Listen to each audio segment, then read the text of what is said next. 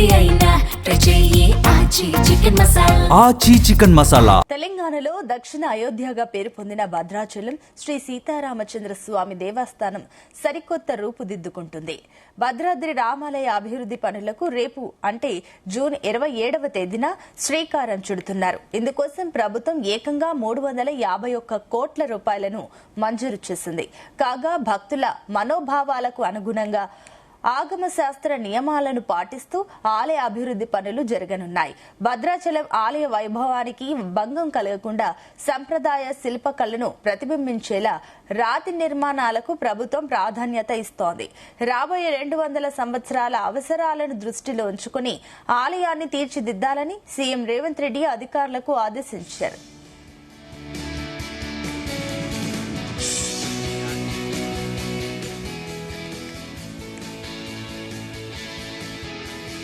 ఇదే అంశానికి సంబంధించి మరిన్ని డీటెయిల్స్ మా కరెస్పాండెంట్ యాకేష్ అందిస్తారు. Yakesh, good morning Sunitha. తెలంగాణలోని ప్రముఖ పుణ్యక్షేత్రం దక్షిణ అయోధ్యగా పేరుగాంచినటువంటి భద్రాచలం శ్రీ సీతారామచంద్ర స్వామి దేవస్థానం సరికొత్త వైభవానికి సిద్ధమవుతుంది.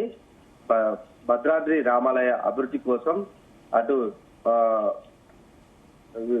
అధికారికంగా ఈ పనులను ప్రారంభించేందుకు మంత్రి పొంగులేటి శ్రీనివాస్ రెడ్డి ఒక ప్రకటన చేశారు.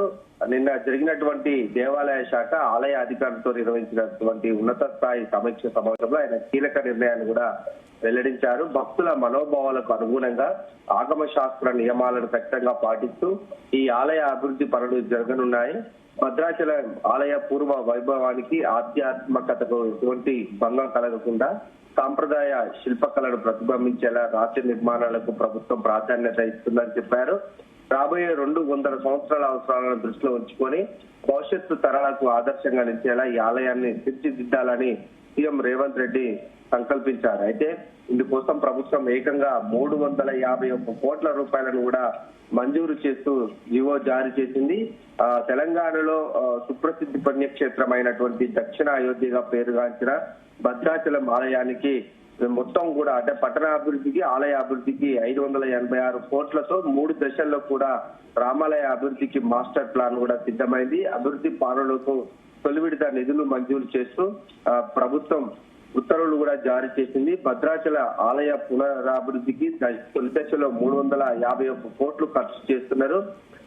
ఆలయంతో పాటు పట్టణాన్ని సమగ్రంగా అభివృద్ధి చేసేలా కూడా ప్రభుత్వం ప్రణాళికలు సిద్ధం చేసింది. మొదటి దశలో గోదావరి ఘాట్ అభివృద్ధి పనులు, అటు ఆలయ పరిసరాల విస్తరణ, మౌలిక వసతుల మెరుగుదల పనులు చేపట్టనున్నారు. ఈ పనుల కోసం గోదావరి ఘాట్ కు 75 కోట్ల రూపాయలు కేటాయించారు. ఆలయ సముదాయానికి 180 కోట్లు కేటాయించారు. ఇక ఆలయ పరిసరాల అభివృద్ధి కోసం 96 కోట్ల రూపాయలను కూడా ప్రభుత్వం కేటాయించింది. రెండో దశలో ఆలయం సమీపంలో అభివృద్ధి పనులు, మూడో దశలో భద్రాచలం పట్టణ సమగ్ర అభివృద్ధి పనులు చేపట్టేందుకు అధికారులు సిద్ధమయ్యారు. ఈ పనులు 2026లోనే మొదలవుతాయని ఉత్తర్వుల్లో అంటే ఈ సంవత్సరం స్టార్ట్ అవుతాయని కూడా పేర్కొన్నారు. అంటే గత ఏడాది భద్రాచలం పర్యటనకు వచ్చినటువంటి సీఎం రేవంత్ రెడ్డి ఆలయ సమగ్ర అభివృద్ధికి కూడా ఆయన హామీనిచ్చారు. ఈ మేరకు కూడా ఉత్తర్వులు వెలువడ్డటువంటి పరిస్థితి. ఆలయ అభివృద్ధికి భారీగా నిధులు కేటాయించినటువంటి సీఎం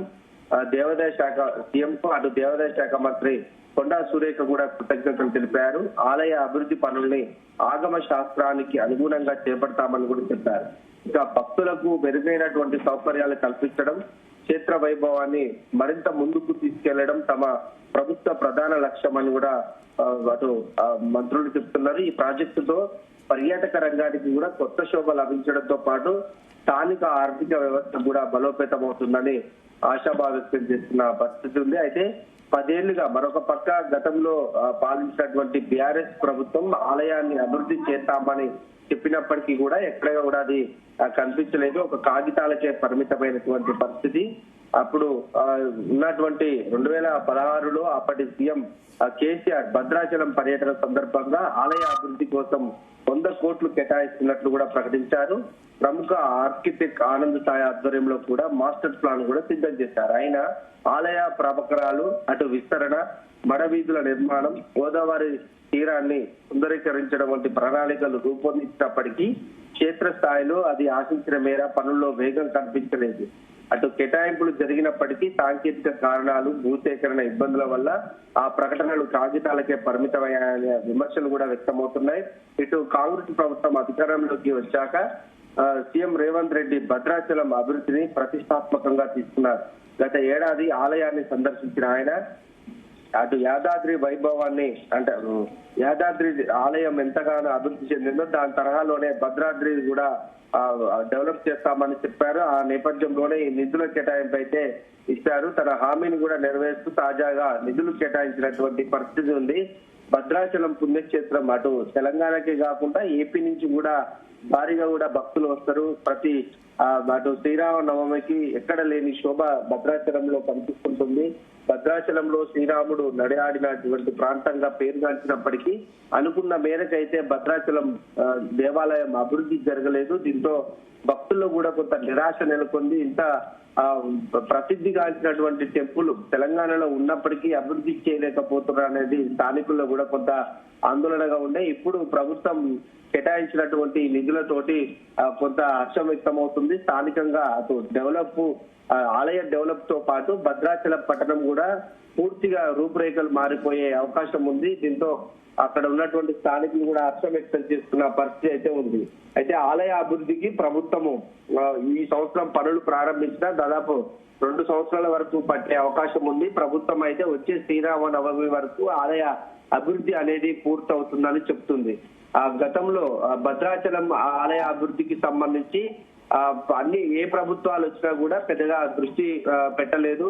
ప్రత్యేకంగా అంటే సీఎంలు, మంత్రులు, కేంద్ర మంత్రులు ఆలయానికి కూడా ఆలయ అభివృద్ధి మాత్రం ఎవరు పట్టించుకోవాలనేదే ఒక విమర్శ అయితే చాలా స్పష్టంగా ఉంది. ఇప్పుడు ఈ ప్రభుత్వం మాత్రం దీనికి సంబంధించి ఆలయానికి అభివృద్ధి నిధులు కేటాయించడం పట్ల ఇప్పటికైనా పనులు శరవేగంగా కొనసాగాలని స్థానికులు కోరుతున్నారు.